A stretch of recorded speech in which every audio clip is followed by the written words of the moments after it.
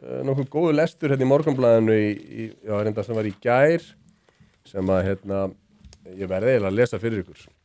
En það eru stórkostlegi hlutir að gerast. Við finnum það öll að það að verða einhver tilfærsla í hugmyndafræðilegum graut síðustu ára sem að hefur tröllriðið öllu og við höfum mikið rætt auðvitað þennan wokeisma sem að hefur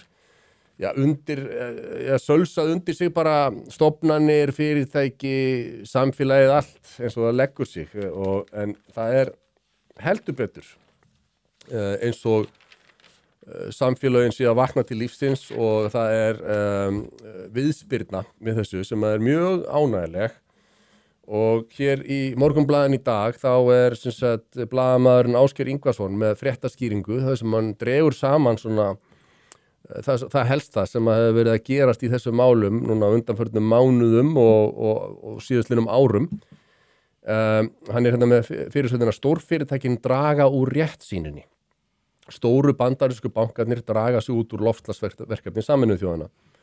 Og þetta stórt. Það þú veist, ég hafa heyrt þetta, minna að segja lífeyrissjóðir hér á Íslandi hafa verið að fjárfesta eftir einhverjum svona grænum ESG-stefnum, jöfnuði, inngildingu og ruglstefnur sem eru auðvitað í hlutarins eðli engan veginn til þess fallnar að hámarka virði fjárfestinga, heldur engangu til þess að tjekka í einhvers svona box hjá svona inngildingar kvótum og þið þekki þetta, ég minna, þú veist, fyrirtæki svo Ölgerðin og fleiri sem að hafa sóst eftir því að fá hinsegin vottanir frá samtökunum 78 áruna.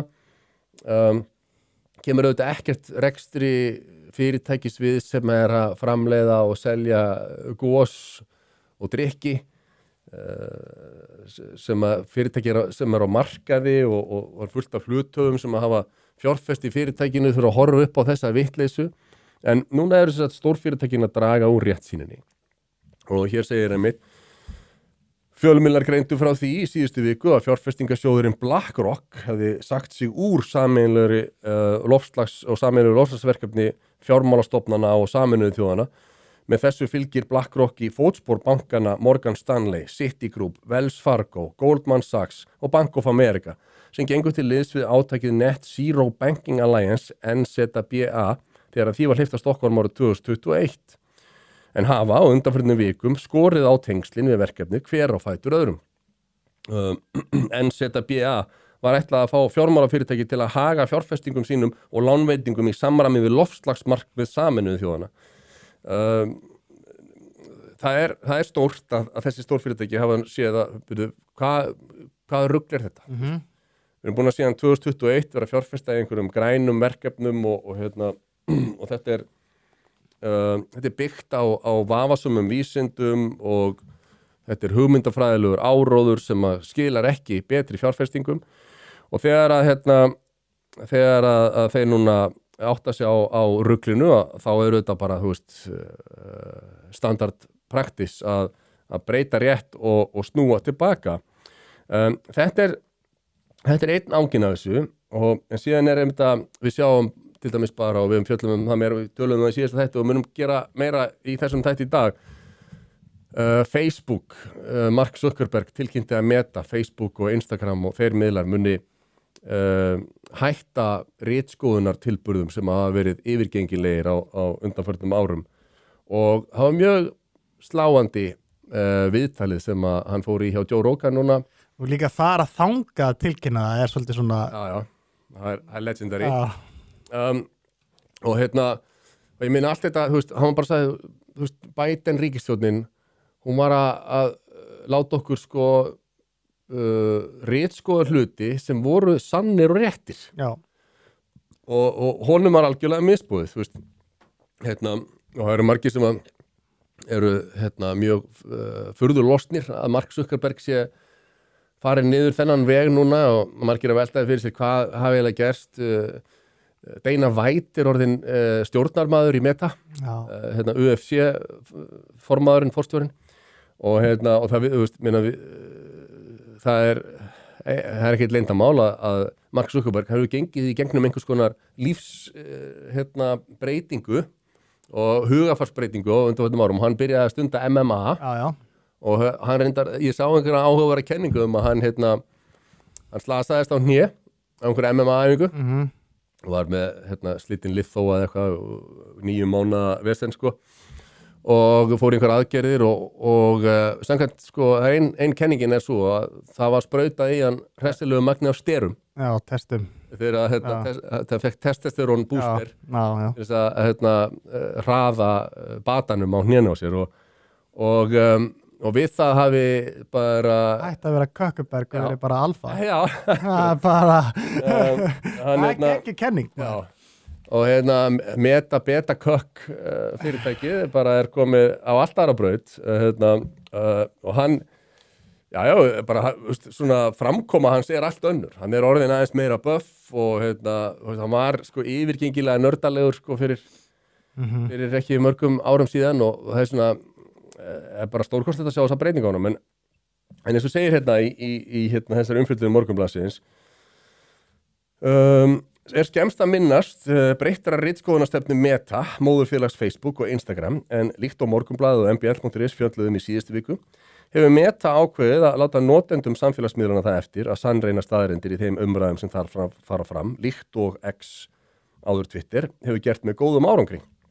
Meta hafði áður starfað með hópi samtaka og fréttavitna sem að tóku að sér staðreyndavöktun en vinnubröð þeirra þóttu hafa á sér mikla vinstri slagsíðu.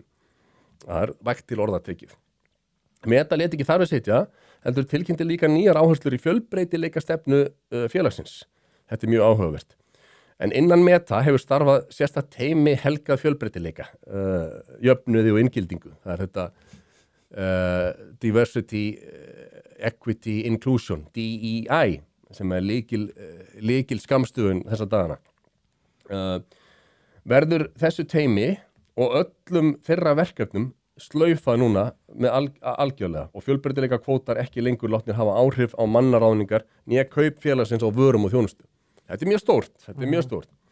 Skömmu áður hafði veitingarisinn McDonald's greint frá því að félagi myndi láta af þeirri stefnu sinni að láta val á fólki í æðstu stjórnendustöður hjá félaginu litast af hugmyndum kvótabundin fjölbreytileika og að ekki yrði lengur gerð sú krafa til Byrgja að þeir láti starfsfólk sitt gangast undir fjölbreytileika fræðslu, diversity training. Það var McDonald's var þar sko. Þeir voru hættir að kaupa kjöt eða hamborgarabrauð af þessum að því að nema starfsfólki gengist undir diversity training sko, wow. Algjört hugmyndafræðilegt kaos. Nú, í umfjöldun ABC News þessi mál minnst á að í kjölfar þess að George Floyd féll fyrir hendi lögreglumanns árið 2020 settu mörg bandarísk fyrirtæki stór aukinn kraft í að vera til fyrirmyndar í fjölbreytileika og jöfnuði og fann sumum röddum á hægri vengnum að gengið hefur verið nokkum skrefum og langt í réttsýninni. Líka vegtir orðatekið. Já. Þótti það marka tímamót og sýna að pendúllinn væri tekin að sveiflast tilbaka þegar að Hæstiréttur Bandaríkjanna úrskurðaði árið 2023 að bandarískum háskólum væri ekki lengur heimilt að beita jákvæðri mismunun þegar að gert væri upp á milli umsækjenda. Við höfum farið yfir það hér. Frábært. Það ekki til sem heitir jákvæð mismunun. Það bara mismunun. Jákvæð rasismi. Já. Jákvæð mismunun. Já. Háskólarnir höfðu margir stunda það langt skeið að mismuna umsækjendum af asískum uppruna til að bæta líkur nemenda af öðrum kynþáttum á hljóta skólavist. Já, þetta hallaði sko svo mikið á, sérstaklega asískir nemendur í Bandaríkjunum, asísku bergibrotin eru bara by far með best. Já, og okkur á þá þeir ekki minority. Þú veist, þeir bara alveg faralegt sko. Byltingin að éta sjálfa sig. Sko. Já.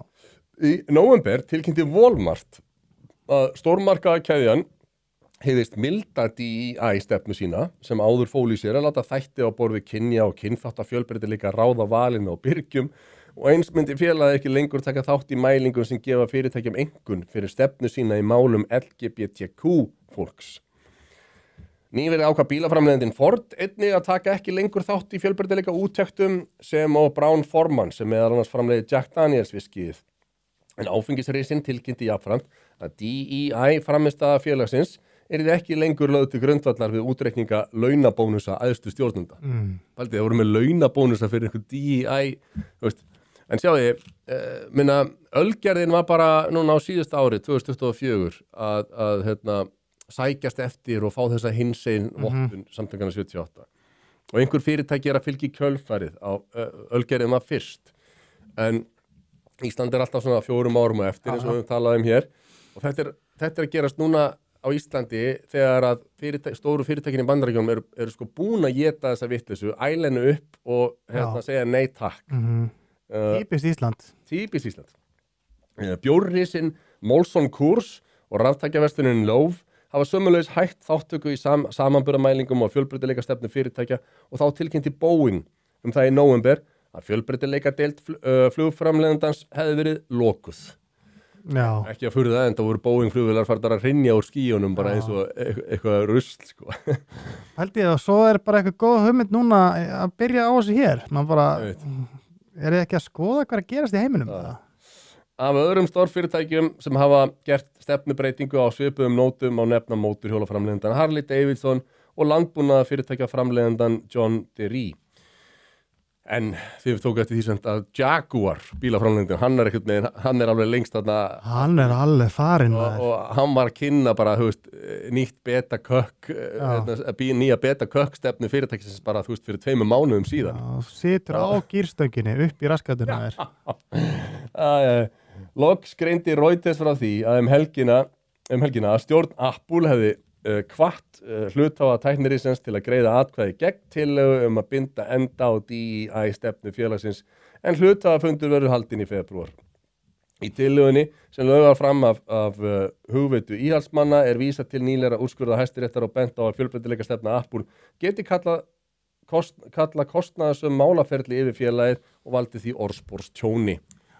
Klárlega, orðsporstjón, það er nú málið að sko þegar að þetta náttúrulega það er algjörlega búið að tróða þessu voni okkur með einmitt samfélagsmiðlarisum sem hafa tekið þátt og þagga niður gagnrýnisraddir í nafni baráttu gegn hatursorðræðu og hvað svoleiðis. Það hafa gagnrýnisraddir á þetta verið kæfðar niður og ritskoðaðar algjörlega. En nú svona, málfrelsið að fá aukinn vind í seglin með tilkomu eigandastefnu Elon Musks á x.com og það ótrúlegt hvað búið að gerast mikið. Bara ótrúlega miklar framfarir hafa átt sér stað síðan að Elon Musk tók við x.com og við erum að vinda ofan af alveg svakalega flókinni vitleysu sem hefur verið að vinda upp á sig í mörg ár en þetta er fallegt að sjá einhvern veginn þetta er svo sannarlega búið að vera barátta góðs og ills og eins og við þekkjum bara úr mannkynssögunni að það hafa aldrei þegar við lítum tilbaka þeir sem hafa verið harðastir í ritskoðunar tilburðum og blokkerað frjálsskoðanaskipti það hafa þegar að hort öxl þá eru það aldrei góðu gæjarnir sem hafa gert það en það eru the baddies are we the baddies og þetta það er eitthvað fallegt við þetta en Ísland má drullast bara til að komast í nútíma þá en eitthvað segir manni samt að þó að þessi Vogue-vírus hafi svona gegn allri betri vitund náð að tróða sér inn í hinn vestrana heim og við séum núna búin að átta okkur á þessu og það sé verið að vinda ofan þessu þá verði aldrei alveg það er einhvern veginn þetta er eins og með aðra vírusa og pestir að það er að halda þeim niðri einhvern veginn en við verðum aldrei alveg laus við þetta. Nei. Þess vegna er gríðarlega mikilvægt að vera vel vakandi og halda gagnrýnum málflutningi á lofti. Öfgaraddinar báðu megin eru mjög nauðsynlegar til að halda okkur í tjekki að fara ekki of langt í hináttina. En það er ekki að vera ráðandi skoðanir. Það bara meikar ekki sens. Nákvæmlega. Þetta Vogue-rugl er mitt búið að vera svona hinn ríkjandi skoðun á undanförnum áratug og það ekki síst sem ég segi með öflugri ritskoðun og með því að blokkera bara upplýsingar þá hafið þeim tekist að láta þetta vera ráðandi en það eru breyttir tímar sem betur fer og við fögnum því hér á broadcast ég er ekkit gaman að ég að vera eitthvað að berja mér á brjóst eða sko en þú veist það allir sem hafa fylgst með svona mínum svona fjölmiðlaferli geta bara votta það held ég að alla tíð hef ég verið að reyna að gagnrýna þetta með veikumætti eða svo má segja og ég hef ekki verið einn það, ég meina ég get nefnt til dæmis Jakob Bjarnar og fleiri góða menn sem að þú veist, við höfum alla tíð fundið að það væri eitthvað verulega bogið og verulega rangt við það að það væri verið að hverfa frá gildum sko verðleika einstaklingsins og taka fram fyrir sko, þú veist bara hvaða hópið þú tilheyrir, það skiptir meira máli heldur hver einstaklingurinn og hvað hann hefur fram að færa. Þetta hefur alla tíð verið tómvitleysa í mínum huga, en það hefur verið sko, maður hefur stundum verið eins og í kafkískum martraðar draumi að fylgjast með samfélaginu bara einhvern veginn, jú, það er bara, það er mikilvægt að allir kynþættir og allar kynhneigðir fái sitt pláss, þú veist. Við sjáum þetta í til dæmis eldunum í Los Angeles sem við vorum að tala um hérna í síðasta þætti að sko þegar allt slökkvilið í Los Angeles undirlagt af einhverju fjölbreytileikastefnu og þar eru bara og minna borgarstjórinn og slökkvilistjórinn bara fullkomlega vanhæfar lesbíur skilur við sem en þú veist, það ekkert að því að vera lesbía en þær ekki af því að þær eru hæfar, þær eru fyrst og fremst af því að þær eru konur og svo, þú veist, það fást ekki svo margar konur til þess að fara að vinna í slökkviliðinu þannig að þá þurfur auðvitað að finna lesbíur.